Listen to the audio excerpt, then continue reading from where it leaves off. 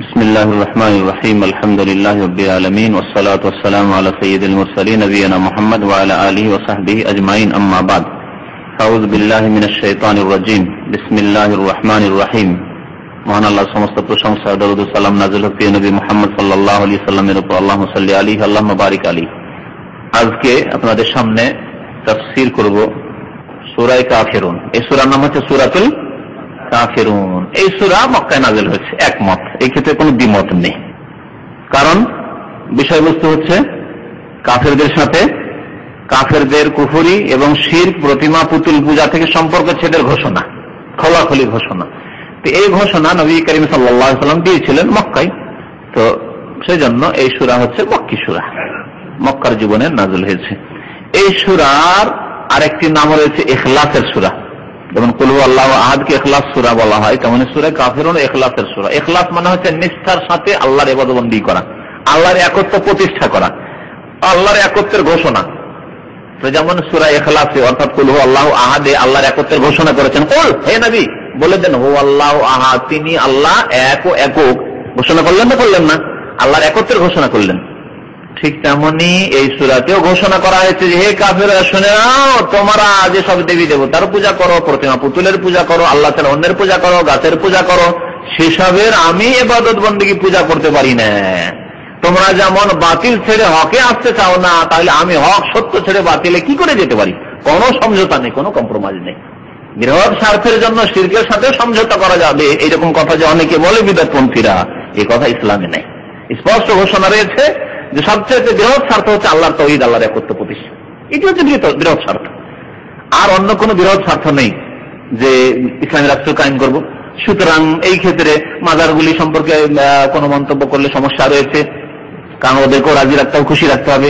আর মাজার পূজাকে শিরক বললেও সমস্যা আছে, কারণ সংখ্যাগরিষ্ঠ তারাই ভারতে, পাকিস্তানে, বাংলাদেশে ইত্যাদি। না, এটা বৃহৎ স্বার্থ না। বৃহৎ স্বার্থ পার্লামেন্টে যারা, বৃহৎ স্বার্থ হচ্ছে আল্লাহর একত্ব কায়েম করা। আল্লাহর একত্রই কায়েম নেই, হাজার হাজার মাজারে সেজদা হচ্ছে, আল্লাহ ছাড়া অন্যের কাছে ফরিয়াদ করা হচ্ছে, আল্লাহ ছাড়া অন্যকে মনে করা হচ্ছে উদ্ধারকারী তারা। তাহলে কোথায় আপনার ইসলাম প্রতিষ্ঠা হয়েছে? এর নামে কিয়ামতের দিন কখনো না, অপব্যাখ্যা। সুতরাং মনে রাখবেন যে সবচেয়ে বড় বৃহৎ স্বার্থ হচ্ছে আল্লাহর সার্বিক ক্ষেত্রে, রুবুবিয়ত প্রভুত্বের ক্ষেত্রে, উলুহিয়াত ইবাদত বন্দেগীর ক্ষেত্রে, আল্লাহর নাম এবং গুণাবলীর ক্ষেত্রে আল্লাহর একত্ব প্রতিষ্ঠা করা, আল্লাহর তাওহীদ প্রতিষ্ঠা করা। তো এই সূরায় ঘোষণা রয়েছে, কাফেরদেরকে শুনিয়ে দেওয়া হয়েছে যে দেখো, তোমাদের কুফরির সাথে আমাদের কোনো সম্পর্ক নেই, তোমাদের শিরকের সাথে আমাদের কোনো সম্পর্ক নেই, কোনো সমঝোতা নেই তার সাথে। এই জন্য এই সূরাকে ইখলাসও বলা হয়েছে। এই সূরার বড় ফজিলত রয়েছে, যেমন সূরা ইখলাসের ফজিলত রয়েছে। এই সূরার ফজিলত এরকমই রয়েছে যেমন সূরা ইখলাসের ফজিলত রয়েছে। সূরা ইখলাসের ফজিলতের একটি ফজিলত হচ্ছে, সূরা ইখলাসের নবী সাল্লাল্লাহু আলাইহি ওয়াসাল্লাম বলেছেন নাহা তাআদিলু সুলুসাল কোরআন। সূরা ইখলাস হচ্ছে কোরআনের 3 ভাগের 1 ভাগের সমান, 1/3 অংশের সমান। সুলুসুল কোরআন, কোরআনের 1/3 অংশের সমান বলেছেন নবী করিম সাল্লাল্লাহু আলাইহি ওয়াসাল্লাম। সূরা কাফিরুন সম্পর্কে আর সূরা নাসর সম্পর্কে, এই সূরাগুলি সম্পর্কে নবী সাল্লাল্লাহু আলাইহি ওয়াসাল্লাম ইন্না তাআদিলু রুবুল কোরআন, শুনে রাখুন। এই সূরা হচ্ছে কোরআনের 1/4 অংশের সমান, এ বলে ঘোষণা করেছেন নবী করিম সাল্লাল্লাহু আলাইহি ওয়াসাল্লাম। না, কাফিরুন এবং তার পাশে আসছে যেটি সূরা নাসর, ইযা জা নাসরুল্লাহি ওয়াল ফাত। এরকম ইযা যুলজিলাতিল আরদু জিলজালা, এই সূরা সম্পর্কেও নবী সাল্লাল্লাহু আলাইহি ওয়াসাল্লাম বলেছেন যে ইন্না তাআদিলু রুবুল কোরআন। এই সূরা ইযা যুলজিলা, এটি হচ্ছে কোরআনের 1/4 অংশের সমান। সমান বলেছেন নবী করিম সাল্লাল্লাহু আলাইহি ওয়াসাল্লাম। কোন দিক দিয়ে বলেছেন এই নিয়ে তাফসীরকারদের ইখতিলাফ রয়েছে, নেকির দিক দিয়ে না অর্থের দিক দিয়ে, বিষয়বস্তুর দিক দিয়ে আল্লাহই ভালো জানেন। তবে আল্লাহর কাছে আমরা সবগুলি আশা রাখি, নেকির আশা রাখি, আর বাকি অর্থের দিক দিয়েও রয়েছে। তো সূরা কাফিরুন নবী করিম সাল্লাল্লাহু আলাইহি ওয়াসাল্লাম গুরুত্ব দিয়ে তেলাওয়াত করতেন বিভিন্ন নামাজে। তার মধ্যে 2-1টি নামাজের কথা বলেন দেখি। এমন কোন নামাজ আছে যেই নামাজে সূরা কাফিরুন পড়া সুন্নাত? ফজরের সুন্নাত একটি, বেতরের নামাজ, তাওয়াফের পরের যে নামাজ রয়েছে তাতে, তাহাজ্জুদের নামাজে নেই, হ্যাঁ, মাগরিবের পরে যে 2 রাকাত সুন্নাত আছে তাতে নবী করিম সাল্লাল্লাহু আলাইহি ওয়াসাল্লাম পড়তেন। জি, তাহলে বিভিন্ন নামাজগুলিতে সূরা কাফিরুন প্রথম রাকাতে আর সূরা ইখলাস কুল হুয়াল্লাহু আহাদ দ্বিতীয় রাকাতে পড়তেন। এর দ্বারা বোঝা যায় যে এই 2টি সূরার গুরুত্ব কত। তাহলে আপনি যখন ফজর নামাজের জন্য জাগলেন আর সুন্নত শুরু করলেন, ঘোষণা করে দিলেন যে হে কাফেররা, সারা বিশ্বের কাফেররা, কুল ইয়া আইয়ুহাল কাফিরুন লা আ'বুদু মা তা'বুদুন। আবার পুনরাবৃত্তি করছি, প্রতিদিন বলছি যে তোমাদের কুফরির সাথে শিরকের সাথে কোনো সমঝোতা নেই। কুল হু আল্লাহু আহাদ, আল্লাহ এক ও এক ঘোষণা করে দিলাম, ফজরে ঘোষণা করে দিলাম একবার। মাগরিবের নামাজ পড়ে রাত হচ্ছে, এমন মনে করি না যে রাত গেছে না দিন গেছে, রাতে এসে হয়তো মত পরিবর্তন হয়েছে, না, আবার বলছি মাগরিবের নামাজের পরে বলছেন যে কুল ইয়া আইয়ুহাল কাফিরুন লা আ'বুদু মা তা'বুদুন, তোমাদের সাথে কোনো কম্প্রোমাইজ নেই। আবার বলছি, সন্ধ্যাবেলাও বলছি, বললেন। রাতে উঠলেন বা ঈশার নামাজের পরে বেতর করলেন, তাহাজ্জুদ পড়লে তাহাজ্জুদের পরে, তখনও ঘোষণা করছে, রাত শেষ হতে যাচ্ছে, আবার বলছি কুল ইয়া আইয়ুহাল কাফিরুন লা আ'বুদু মা তা'বুদুন কুল হুয়াল্লাহু আহাদ লাম ইয়ালিদ ওয়া লাম ইউলাদ ওয়া লাম ইয়াকুল লাহু কুফুওয়ান আহাদ। এই হিকমতের জন্য নবী করিম সাল্লাল্লাহু আলাইহি সাল্লাম সূরা ইখলাস এবং সূরা কাফিরুন এই নামাজগুলিতে পাঠ করতেন। তাওয়াফ করলেন, তাওয়াফের জায়গায় কাফেরদেরকে যেন বলছেন, হে কাফের, প্রাচীন যুগের কাফের, এখনকার সারা বিশ্বের কাফের, যেন নাও, এখানে তোমরা আল্লাহর ঘরে, আল্লাহর পবিত্র ঘর, যেখানে তাওহীদ প্রতিষ্ঠার জন্য ইব্রাহিম খলিলুল্লাহ ঘর তৈরি করেছে, এখানেও 360টি মূর্তি দিয়ে ভর্তি করে দিয়েছিলে, ঘোষণা করছে তোমাদের সাথে কোনো সমঝোতা নেই, কম্প্রোমাইজ নেই। বলি আইয়ুহাল কাফিরুন লা আ'বুদু মা তা'বুদুন, কাবার কাছে গিয়ে বলছি। তো এখন তাফসীরের দিকে আসি। এই বিষয়ে বেশ কিছু হাদিস রয়েছে, যেমন মুসলিম শরীফে রয়েছে জাবের ইবনে আব্দুল্লাহ রাদিয়াল্লাহু তাআলা আনহু থেকে, আন্না রাসূলুল্লাহ সাল্লাল্লাহু আলাইহি ওয়াসাল্লাম ক্বারাআ বিহাযিহিস সূরা, এই সূরা পাঠ করলেন এবং কুল হুয়াল্লাহু আহাদ পাঠ করলেন ফি রাকাতাই তাওয়াফে, তাওয়াফের 2 রাকাত নামাজে, তাওয়াফ করার পরে 2 রাকাত যে নামাজ রয়েছে তাওয়াফের সুন্নাত। ওয়া সহিহ মুসলিম শরীফ আরেকটি হাদিস আছে আবু হুরায়রা রাদিয়াল্লাহু তাআলা আনহু থেকে যে আন্না রাসূলুল্লাহ সাল্লাল্লাহু আলাইহি ওয়াসাল্লাম ক্বারাআ বিহিমা ফি রাকাতাইল ফজরি, এই 2টি সূরা পড়েছেন ফজরের 2 রাকাত নামাজে। ওয়ারাওয়াল ইমাম আহমদ রাহমাতুল্লাহি আলাইহি বর্ণনা করেছেন আব্দুল্লাহ বিন উমর রাদিয়াল্লাহু তাআলা আনহুমা থেকে, আন্না রাসূলুল্লাহ সাল্লাল্লাহু আলাইহি ওয়াসাল্লাম ক্বারাআ ফি রাকাতাইনি ক্বাবলাল ফজরি, ফজরের আগের 2 রাকাতও পড়েছেন, ওয়া রাকাতাইনি বাদাল মাগরিবি, মাগরিবের পরের যে 2 রাকাত সুন্নাত রয়েছে তাতেও এই 2টি সূরা পড়েছেন। কতবার? বহুবার, দেখেছি, বিজআ ওয়া 20 মাররা, 20-এর অধিকবার, 20-এর অধিকবার, অর্থাৎ 24 বার বা 25 বার, যেমন অন্য হাদিসে রয়েছে 24 বা 25 বার। মুসনাদ আহমদের আরেকটি হাদিসে রয়েছে, ইবনে ওমর রাদিয়াল্লাহু তাআলা আনহু বর্ণনা করেছেন, রামাতুন নবী সাল্লাল্লাহু আলাইহি ওয়াসাল্লাম 24 মাররা আও 25 মাররা, আমি নবী করিম সাল্লাল্লাহু আলাইহি ওয়াসাল্লামকে দেখেছি 24 বার অথবা 25 বার ইয়াকরাউ ফি রাকাতাইনি ক্বাবলাল ফজরি, ফজরের আগের 2 রাকাত সুন্নাত নামাজে, ওয়া রাকাতাইনি বাদাল মাগরিব, মাগরিবের পরের 2 রাকাত নামাজে পড়তে কুল ইয়া আইয়ুহাল কাফিরুন ওয়া কুল হুয়াল্লাহু আহাদ। এই মর্মে বহু হাদিস রয়েছে। এখন তাফসীর দেখা যাক, আল্লাহ পাক কি বলেন। কুল ইয়া আইয়ুহাল কাফিরুন, কুল মানে বলে দিন, বলুন, হে নবী বলে দিন, মানে ঘোষণা করে দেন, এলান করে দেন, জানিয়ে দেন। আল্লাহ পাক রব্বুল আলামিনের এই হচ্ছে বাকভঙ্গিমা। কোরআনে কারীম বহু জায়গায় আল্লাহ নবীকে সম্বোধন করে বলা হয়েছে, হ্যাঁ, কুল ইয়া আইয়ুহান নাস ইন্নী রাসূলুল্লাহি ইলাইকুম জামিআ, কুল ইয়া আইয়ুহাল কাফিরুন, কুল হুয়াল্লাহু আহাদ, কুল আউযু বিরাব্বিল ফালাক, কুল আউযু বিরাব্বিন নাস, কুল কুল, বহু জায়গায় কুল রয়েছে। কুল ইন কুনতুম ফি রাইবিন মা নাযালনা আলা আবদিনা, আমার এই কোরআনে যদি সন্দেহ থাকে নবী জানিয়ে দেন ওদেরকে। ফাতু বিসূরাতিন মিসলিহি, কুল, বহু জায়গায় আল্লাহ পাক কুল বলে ঘোষণা করতে বলেছেন নবী করিম সাল্লাল্লাহু আলাইহি ওয়াসাল্লামকে। ইয়া আইয়ুহাল কাফিরুন মানে হে কাফেরেরা, কাফেরের জামা হচ্ছে কাফেরুন, কাফেরিন, কাফেরুন কাফেরিন। তো হে কাফেররা, লা আবুদু, আমি ইবাদত করি না এবং করব না। আবুদু মোজারে সেগাতে বর্তমানও থাকে, বর্তমান কালও রয়েছে আর ভবিষ্যৎ কালও রয়েছে। লা আবুদু মা তা'বুদুন, আমি ইবাদত করি না, মা তা'বুদুন, যার তোমরা ইবাদত করো। মা মানে বস্তু হয়, হ্যাঁ, কিন্তু তারা যে পূজা করে প্রতিমা, তা তো বস্তু, কিন্তু প্রতিমার পিছনে যেহেতু ব্যক্তি আছে, সেসব লোক হয়তো ছিল আর সেসব লোকের মূর্তি তৈরি করে পূজা করছে, অথবা কেউ কবরের পূজা করছে, কবরের সেজদা করছে, তাহলে সেখানে এক ব্যক্তি আছে, ব্যক্তিকে উদ্দেশ্য করছে, মাটিকে উদ্দেশ্য করে না। সেই জন্য তাফসীর কারগণ বলছেন মা মানে এখানে মান। আর অনেক ক্ষেত্রে আরবি ভাষায় মা মানে বস্তু হয় কি, আর মান মানে কে, হ্যাঁ। তো মা যদিও তার অর্থ, আসল শাব্দিক অর্থ হচ্ছে কি, কিন্তু অনেক সময় কোরআনে কারিমে বা আরবি ভাষায় কে এর অর্থে ব্যবহার হয়ে থাকে। তাহলে এখানে অনুবাদ করব কি করে আমরা? লা আবুদু, আমি ইবাদত করি না, মা তা'বুদুন, যার তোমরা ইবাদত করো, মানে মান তা'বুদুন, যার তোমরা ইবাদত করো, যার তোমরা পূজা করো।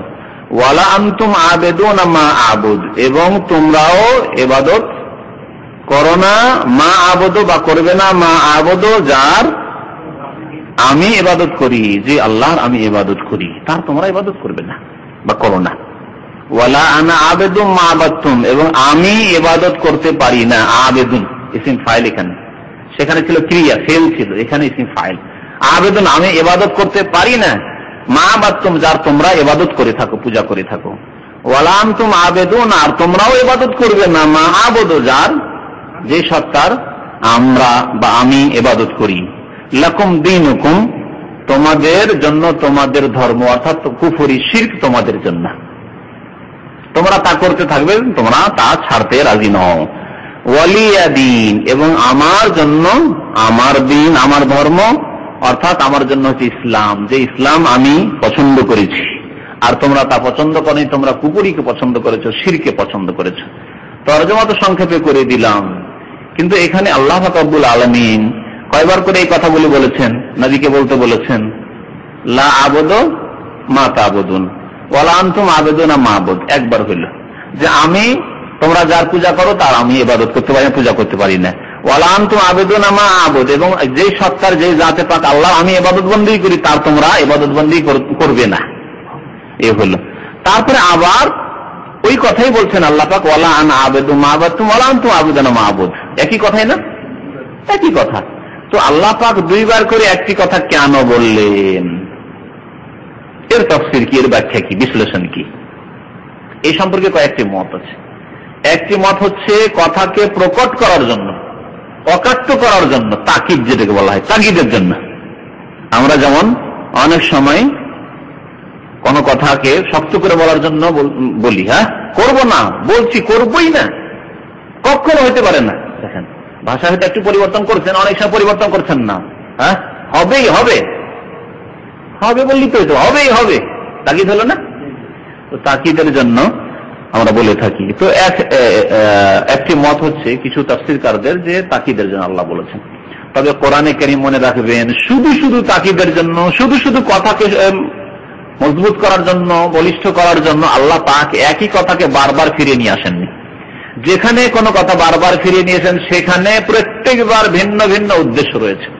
যেমন কোন সূরায় বারবার ফিরিয়ে নিয়ে আসা হয়েছে একটি আয়াতকে, বলতে পারে সূরা আর রহমানে, ফাবিআইয়ি আলাই রাব্বিকুমা তুকাজ্জিবান, ফাবিআইয়ি আলাই রাব্বিকুমা তুকাজ্জিবান, ফিরে আসছে। একটা নিয়ামতের কথা আল্লাহ বলেছেন, তারপর আবার ফাবিআইয়ি আলাই রাব্বিকুমা তুকাজ্জিবান, তাই না? আচ্ছা, আর কোন সূরায়? হ্যাঁ, সূরাতুল কিয়ামতে আছে, ওয়াইলুন ইয়াওমাইযিন লিল মুকাজ্জিবিন, ওয়াইলুন ইয়াওমাইযিন লিল মুকাজ্জিবিন, আবার করে হ্যাঁ মিথ্যা প্রতিপন্নকারীদের জন্য সেই দিন দুর্ভোগ রয়েছে, দুর্ভোগ রয়েছে, বারবার তো আল্লাহ ফিরিয়েছেন। তো এখানে কি আল্লাহ এমনিতে বারবার করে ফিরিয়ে নিয়ে আসছেন? একটা কথা বারবার বললে তার অলংকার থাকে না, তাহলে কোরআনে কি অলংকার নেই? সবচেয়ে বেশি অলংকার কোরআন কারীমে রয়েছে। এই জন্যই মনে রাখবেন যে আল্লাহ পাক প্রত্যেকটি যে রিপিট নিয়েছেন, প্রত্যেকবার যে ফাবিআইয়ি আলাই রাব্বিকুমা তুকাজ্জিবান বলেছেন, তার আগে একটি নিয়ামতের কথা বলেছেন, একটি আল্লাহর অনুগ্রহের কথা বলেছেন, আবার আরেকটি নতুন অনুগ্রহের কথা বলেছেন, নিয়ামতের কথা, অন্য নিয়ামতের কথা বলেছেন, তারপরে আল্লাহ বলেছেন ফাবিআইয়ি আলাই রাব্বিকুমা তুকাজ্জিবান। একটি বিষয় আল্লাহ বলেছেন সূরা কিয়ামতে, তারপরে বলেছেন ওয়াইলুন ইয়াওমাইযিন লিল মুকাজ্জিবিন, যারা মিথ্যা প্রতিপন্নকারী তাদের জন্য দুর্ভোগ রয়েছে। আর একটি বিষয়ের কথা আল্লাহ উল্লেখ করেছেন, তারপরে আল্লাহ বলেছেন ওয়াইলুন ইয়াওমাইযিন লিল মুকাজ্জিবিন, এইরকম মিথ্যা প্রতিপন্নকারী মিথ্যুকদের জন্য, যারা মিথ্যা মনে করে তাদের জন্য দুর্ভোগ রয়েছে। তাহলে উদ্দেশ্য ছাড়া, উদ্দেশ্যবিহীন আল্লাহ পাক কোন জায়গায় তাকরার, রিপিট নিয়ে আসেননি কোরআনুল কারীমে। এখানেও সূরা কাফিরুন উদ্দেশ্য ছাড়া আল্লাহ পাক রিপিট নিয়ে আসেননি। তাই আরেকটি মত হচ্ছে যে আল্লাহ পাক যে এখানে দুইবার করে নবী সাল্লাল্লাহু আলাইহি ওয়াসাল্লামকে বলতে বলেছেন লা আবুদু মা তা'বুদুন ওয়ালা আনতুম আবুদুনা মা ওয়ালা আনা আবুদু মা আবাদতুম, এর উদ্দেশ্য হচ্ছে একটা হচ্ছে বর্তমান, আরেকটি হচ্ছে ভবিষ্যৎ। কেউ কেউ এরকম বলেছেন। অর্থাৎ প্রথম দুটি আয়াত আছে লা আবুদু মা তা'বুদুন, মানে যে আপনারা অর্থ করলেন, কি বললেন? আমি ইবাদত করি না, বর্তমানকে বোঝানো হয়েছে। যার তোমরা ইবাদত করো তার ইবাদত আমি বর্তমানে করি না। আর আগের আয়াতে যে ওয়ালা আনা আবেদুন, আগামীতেও, কারণ ইসিম ফাইল আগামীর জন্য সাধারণত হয়। ওয়ালা আনা আবেদু মা আবাদতুম, তোমরা যেসবের ইবাদত করো, পূজা করো, তার আমি ভবিষ্যতেও ইবাদত করব না, এখনো করি না, আর আগামীতে কোনো সময় এই আশা রাখিও না। তাহলে আগের দুটি আয়াত হয়ে গেল বর্তমানের জন্য, আর পরের দুটি আয়াত হয়ে গেল ভবিষ্যতের জন্য। এই তাফসীর কেউ কেউ করেছেন, কিন্তু এই তাফসীরের উপরেও কেউ কেউ আপত্তি করেছেন। যে আগামীর জন্য যে এরকম বলবেন যে তোমরাও করতে পারো না, তাহলে অর্থ কি হবে? ওয়ালা আনতুম আবিদুনা মা আবুদু, যেই আল্লাহর আমি ইবাদত করি তার তোমরা আগামীতে ইবাদত তোমরাও করবে না। তাহলে যারা মুসলমান হইল পরে কথা উল্টো হয়ে যায় না? অনেকে তো মুসলমান হয়েছে এই আয়াত সূরা নাযিল হওয়ার পরে, কি মুসলমান হয়নি? তাহলে কি করে ঠিক হচ্ছে এই অর্থ করা যে এটা ভবিষ্যতের জন্য, যে ভবিষ্যৎ তোমরাও করবে না? উত্তর দেওয়া যেতে পারে এরকম যে আল্লাহ যাদের সম্পর্কে জেনে নিয়েছেন যে তারা ঈমান নিয়ে আসবে না, কিন্তু অনেকে তো ঈমান নিয়ে এসেছে। এই এতরাজ এর উপরে আসছে, সেজন্য ইমাম ইবনে তাইমিয়া রাহমাতুল্লাহ আলাইহি আরেকটি অর্থ করেছেন। সে অর্থটি হচ্ছে যে প্রথম আয়াতে বর্তমান অবস্থা বর্ণনা করা হয়েছে, হ্যাঁ, যে ইবাদত করি না এবং করব না। লা আবুদু মা তা'বুদুন, যার তোমরা ইবাদত করো তার আমি ইবাদত করি না এবং করব না। কিন্তু আগের আয়াতে যে বলা হয়েছে ওয়ালা আনা আবেদু মা আবাদতুম, তার অর্থ ওই একই রকমের অর্থ করব না। তিনি বলছেন যে আগেরটি হচ্ছে কর্ম, করি না বলে কর্মের কথা অস্বীকার করলাম, কর্মকে না করলাম। আর পরের আয়াতগুলির অর্থ হচ্ছে যে এগুলি আমরা কবুল করি না, এর উপর আমরা সন্তুষ্ট নই, রাজি নই এর উপর। তাহলে কি অর্থ হবে? ওয়ালা আনা আবেদু মা আবাদতুম, তোমরা যেসবের ইবাদত করো, পূজা করো, তার ইবাদত আমরা গ্রহণ করতে পারি না এবং এর উপর সন্তুষ্ট নই। ওয়ালা আনতুম আবিদুনা মা আবুদ, এবং যার ইবাদত আমি করি অর্থাৎ আল্লাহ পাকের, তার ইবাদত তোমরাও কবুল করো না এখন এবং পছন্দ করো না। বর্তমানের কথা বয়ান করা হচ্ছে, ভবিষ্যতের কথা নাই, এই অর্থ করা হয়েছে। এছাড়াও কিছু কথা এই সম্পর্কে বলা হয়েছে, এতটাই আশা করি এই সম্পর্কে যথেষ্ট। আরেকটি বিষয় রয়েছে এখানে জানা, সেটা হচ্ছে যে লাকুম দীনুকুম ওয়ালিয়া দিন। এটা আমাদের দেশের রাজনৈতিক নেতারা খুব পেশ করে, যার যার ধর্ম নিয়ে থাকো, তোমার জন্য তোমার ধর্ম, আমার জন্য আমার ধর্ম। তো উদ্দেশ্য কি এটা?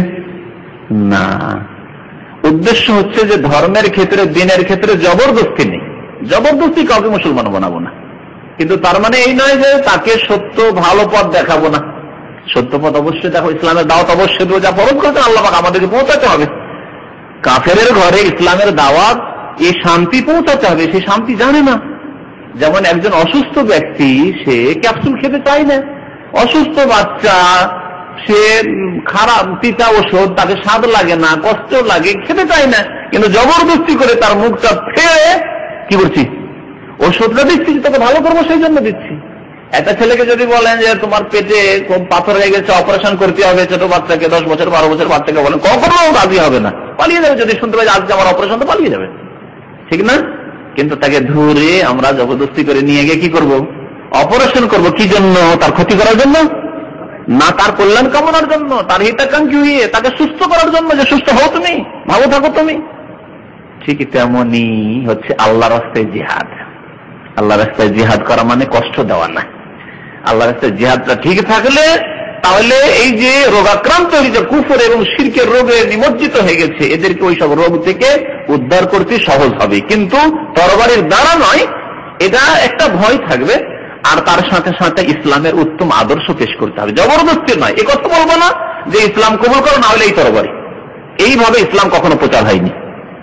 ইসলামের সূত্ররা যে বলে যে ইসলাম তরবারি দ্বারা প্রচার হয়েছে, কথা মিথ্যা। কিন্তু তরবারিটা রাখা হয়েছে অপারেশন শুরু। তরবারি কিসের জন্য রাখা হয়েছে? অপারেশন করার জন্য। বা ক্যাপসুল, কষ্ট লাগে, খেতে চায় না, ব্যবহার করতে চায় না, কিন্তু দিতে হবে, প্রয়োজনে দিতে হবে। ক্যান্সারের মতো রোগ হয়ে গেছে, তখন অস্ত্রোপচার করতেই হবে, না হলে প্রয়োজন নেই। আমরা ইসলামের দাওয়াত দিতেই থাকবো, তুমি নেবে নাও, আর যদি নাই নাও তাহলে তুমি অনগত হয়ে থাকো। দেশ মুসলিম দেশে থাকবে, তুমি অনগত হয়ে থাকো। বিদ্রোহ ঘোষণা করবে না ইসলামিক সরকার, মুসলিম সরকারের বিরুদ্ধে, মুসলিমদের ক্ষয়ক্ষতি করবে না, মুসলিমদের কোন রকমের শত্রুতা পোষণ করবে না। এবং তুমি এই যে অনগত, তুমি এটা প্রকাশ করবে তোমার জিজিয়া কর দেওয়ার মাধ্যমে। জিজিয়া দেওয়ার মাধ্যমে আনুগত্য প্রকাশ করবে।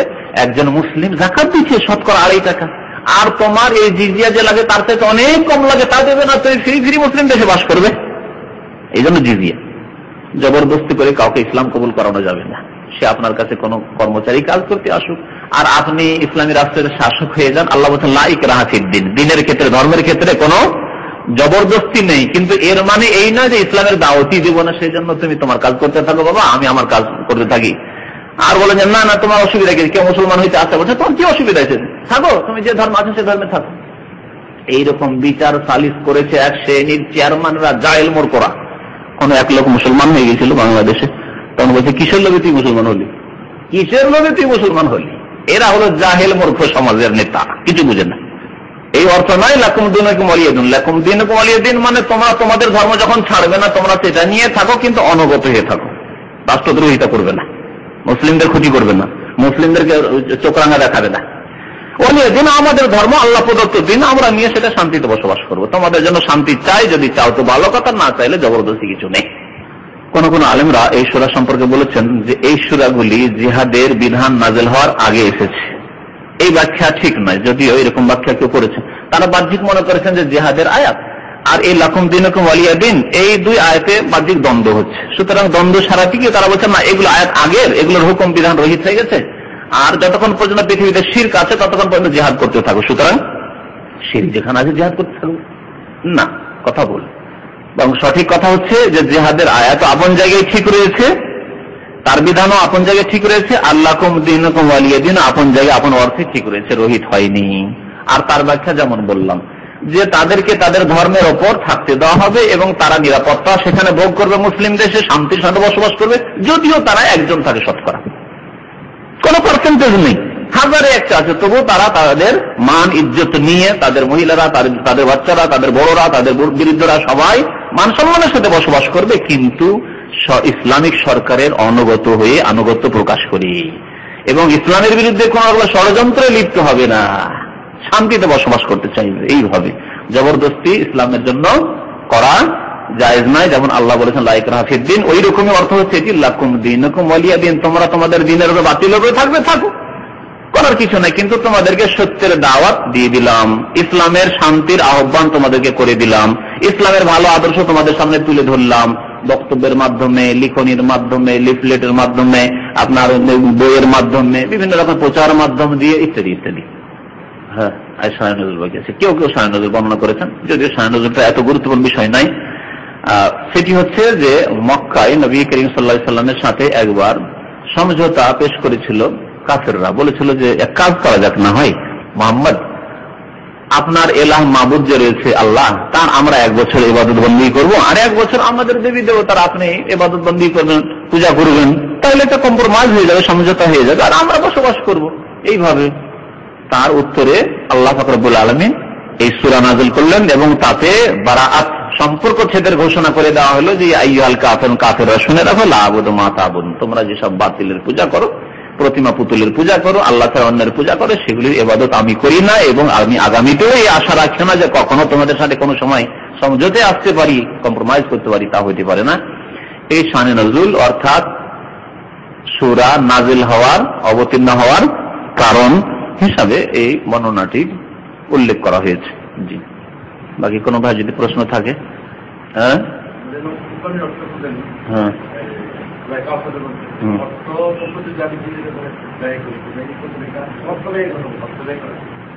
অনহার মানে অর্থ ব্যয় করা, অনাহার মানে জবাই করা, আসলে জবাই করা, জবাই করা। সুতরাং জবাই করার মধ্যে সবচাইতে উত্তম জবাই হচ্ছে আল্লাহর জন্য কুরবানি করা, কারণ ওটা হচ্ছে নেকির জন্য, যেটা আপনি কুরবানি করছেন সেই জবাইটা একমাত্র খালেস আল্লাহর ইবাদত হিসেবে জবাই করছেন। আর বাড়িতে মেহমান এসে খাওয়ার জন্য, গোশত খাওয়ার জন্য, বা ইচ্ছা হয়েছে পয়সাওয়ালা মানুষ ডেলি একটা করে খাসি জবাই করছেন আর খাচ্ছেন, সেটা যদি বিসমিল্লাহ আল্লাহ বলে জবাই করলেন এই জন্য আপনি নেকি পেলেন, কিন্তু যেহেতু উদ্দেশ্য হচ্ছে শুধু গোশত খাওয়া, সেই জন্য সেটা ওই রকমের ইবাদত বন্দেগী নয়, ওই রকম নেকির কাজ নয় যেটা আপনি ঈদ উল আজহার কুরবানিতে জবাই করলেন, যে এই গোশত আমিও খাবো, আল্লাহ খেতে বলেছেন, সেই জন্য আমার বন্ধু বান্ধব আত্মীয় স্বজন বংশধরকে খাওয়াবো, আল্লাহ খাওয়াইতে বলেছেন, গরিব মিসকিনকে খাবো যারা সারা বছর হয়তো গোশত খেতে পায় না, এটি হচ্ছে ইবাদত। জি হ্যাঁ, বুঝেছি। সেই জন্য অনহার মানে কোন নেকির কাজে আপনি কল্যাণমূলক কাজে লাগাবেন টাকা পয়সা, সেটা অর্থ নয় এখানে।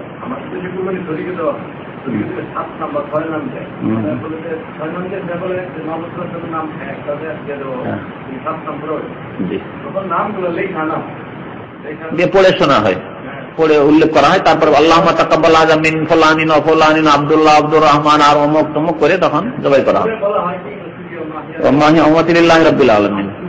হ্যাঁ, নাম যদি উল্লেখ করে অসুবিধা নাই, যে এদের জন্য আল্লাহ নিয়ত করছি, যে এই 7 জনের জন্য নিয়ত করছি। তবে নবী সাল্লাল্লাহু আলাইহি ওয়াসাল্লামের নামে কুরবানি দেওয়া এটি সুন্নত তরিকা নয়, নবী সাল্লাল্লাহু আলাইহি ওয়াসাল্লামের জন্য কুরবানি দেওয়া এটি সুন্নাত তরিকা নয়। ভালো করে মশলাটি বুঝেন।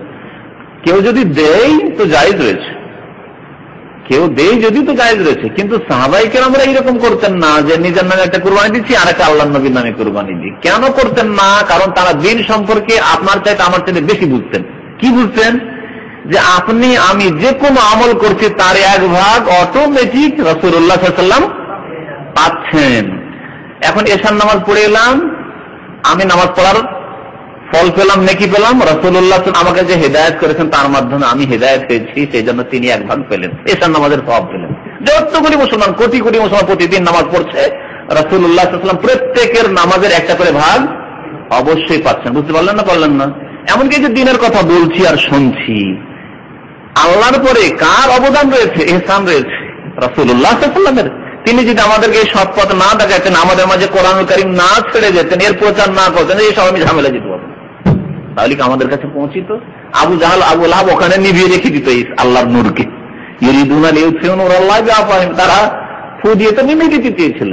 যদি সেখানে নিভিয়ে যেত তাহলে আমরা সুদূর বাংলাদেশ, ভারত থেকে হেদায়েত পেতাম। তাহলে হেদায়েত পেলাম রাসূলুল্লাহ সাল্লাল্লাহু আলাইহি ওয়াসাল্লামের মেহনত পরিশ্রমের মাধ্যমে। সুতরাং আমরা যে দিনের কথা বলছি বা শুনছি, এরও একটা নেকি, যেমন আমরা নেকি পাচ্ছি তেমনি রাসূলুল্লাহ সাল্লাল্লাহু আলাইহি ওয়াসাল্লাম পাচ্ছেন। আপনাকে কুরবানি কে শিখালেন? রাসূলুল্লাহ সাল্লাল্লাহু আলাইহি ওয়াসাল্লাম। সুতরাং আপনারা যে 7 ভাগে 7 জন কুরবানি দিলেন, আল্লাহ রাসূল একটি না 7টি কুরবানি নেকি পেয়ে গেলেন। বুঝতে পারলেন? সুতরাং নবীর জন্য আবার আলাদা করে আরেকটা ভাগ, এটি সুন্নত তরিকা নয়।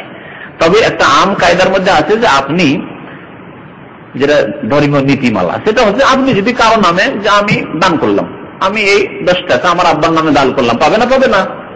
তাহলে আপনার আব্বা যদি পায়, আল্লাহ রাসূল কেন পাবেন না? আপনি যদি নিজের জন্য না রেখে মনে করেন যে আমি একটা কুরবানি আল্লাহর নবীর নামে দিলাম, এই নেকিটা আল্লাহর নবী পাবেন, অবশ্যই পাবেন। কিন্তু আল্লাহর নবী সাল্লাল্লাহু আলাইহি ওয়াসাল্লামের নেকির বেশি প্রয়োজন না আপনার বেশি প্রয়োজন? উত্তর দেন, যেটা জিজ্ঞেস করছি। আপনার প্রয়োজন। আপনার বাবার বেশি প্রয়োজন না রাসূলুল্লাহর বেশি প্রয়োজন?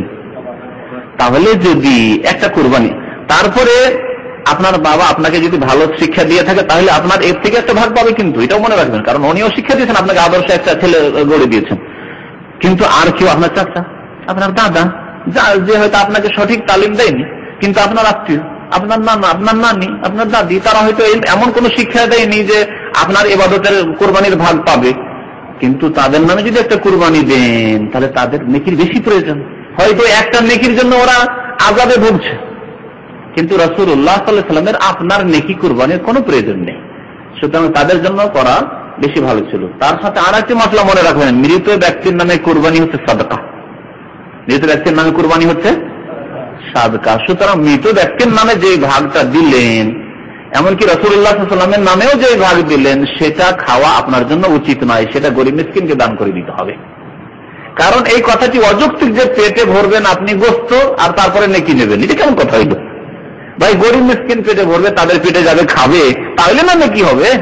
কথা বোঝার চেষ্টা করবেন। সেই জন্য উলামায়ে কেরাম বলেছেন যে মৃত ব্যক্তির নামে, যে কোনো মৃত ব্যক্তি, আপনার বাবা ইন্তেকাল করেছে, দাদা ইন্তেকাল করেছে, আর কোন মুসলিম ভাই ইন্তেকাল করেছে, কোন মৃত ব্যক্তির নামে যদি আপনি কোরবানি দেন, সেই বস্তু আপনি খাবেন না, বরং দান করে দেবেন সাদকা, তাহলেই নেকি পাবে। আর খাবেন আপনি আর নেকি আবার নিতে চান, এই অযৌক্তিক কথা। বুঝতে পেরেছেন? তবে জীবিত ব্যক্তি, আপনি জীবিত ব্যক্তি, আপনার কুরবানি আল্লাহ রাসূল যেহেতু খেতে বলেছেন, আল্লাহ কোরআনে বলেছেন ফাকুলু মিনহা, তুমিও খাও, এবং ওয়াতিমুল বাইসাল ফাকির, ফকির মিসকিনকেও খাও, সেটা খাবে।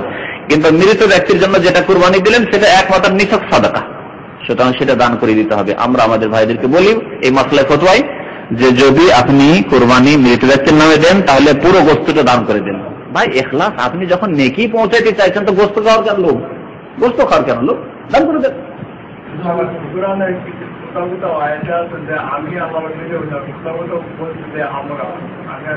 কি বললেন? হ্যাঁ, আল্লাহ পাক, হ্যাঁ, যারা আজকাল যারা রাজনৈতিক টার্ম বুঝে, তাদেরকে আর বুঝাবার প্রয়োজন নেই। আর আজকাল রাজারা, বাদশারা, রাষ্ট্রপতিরা যে কোনো ঘোষণা করে, তখন বলছে আমরা এই সিদ্ধান্ত নিয়েছি, আমি এই সিদ্ধান্ত নিয়েছি, বলে না।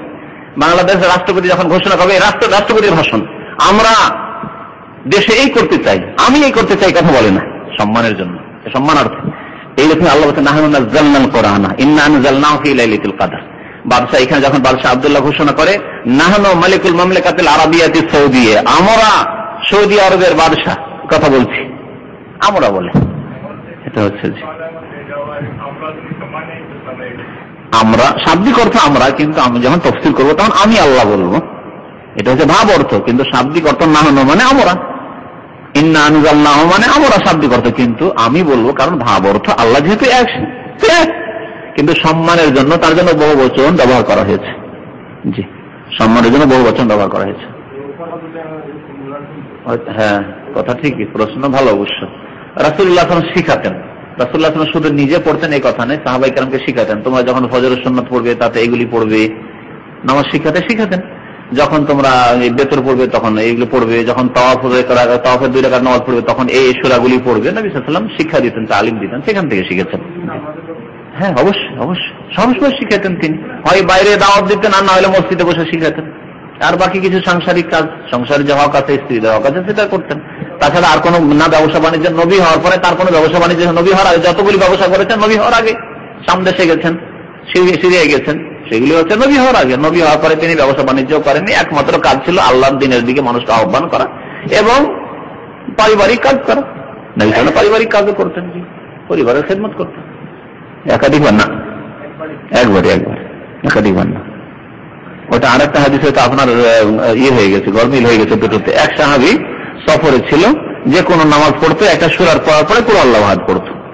তখন তার সাহাবীদের একটু সাথী যে সঙ্গীরা ছিল, তাদের অন্যান্য সাহাবায়ে কেরাম তাদের একটু অভিযোগ হলো যে কোন কথা, আল্লাহ নবী কিন্তু কোনোদিন এরকম দেখিনি যে একটা সূরা পড়ার পরে সূরা ফাতিহা, তারপরে একটা সূরা, তারপরে কুল আল্লাহু আহাদ। তারা এসে আল্লাহ নবীকে বললেন যে এইরকম আমাদের যে আমির ছিল, যুদ্ধের নেতা বা অভিযানের নেতা, তিনি এরকম করে নামাজ পড়েছেন। তখন নবী সাল্লাল্লাহু আলাইহি ওয়াসাল্লাম বলে যে ওই লোকটিকে ডাকো, ডেকে জিজ্ঞাসা করা যে তুমি এরকম করে কেন নামাজ পড়লে, যে প্রত্যেকের রাকাতে একবার করে কুল আল্লাহু আহাদ কেন পড়লে? তখন যে ইয়া রাসূলুল্লাহ, আমাকে খুব ভালো লেগেছে সূরাটি, তা আমি সূরাটিকে ভালোবাসি, সেজন্য আমি পড়েছি, পড়েছি।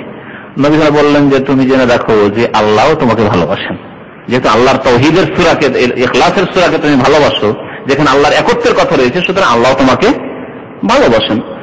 এই হাদিস থেকে নেওয়া হয়েছে যে কেউ যদি মাঝে মাঝে পড়তে চায়, সব সময় নয়, মাঝে মাঝে কেউ যদি এরকম পড়তে চায় পড়তে পারে, যে আপনি ইজাজুল জালা পড়ে নিন, আল কারিয়া পড়ে নিন, আর তার সাথে কুল আল্লাহ মিলিয়ে দিন, করতে পারে। সাহাবায়ে কেরামের আমল, এবং নবী সাল্লাল্লাহু আলাইহি ওয়াসাল্লাম তার অনুমোদন দিয়েছেন, এই তাকরীরি হাদিস, স্বীকৃতি দিয়েছেন। জি, সাল্লাল্লাহু আলাইহি ওয়া সাল্লাম মুহাম্মদ ওয়া আলা আলিহি ওয়া সাহবিহি।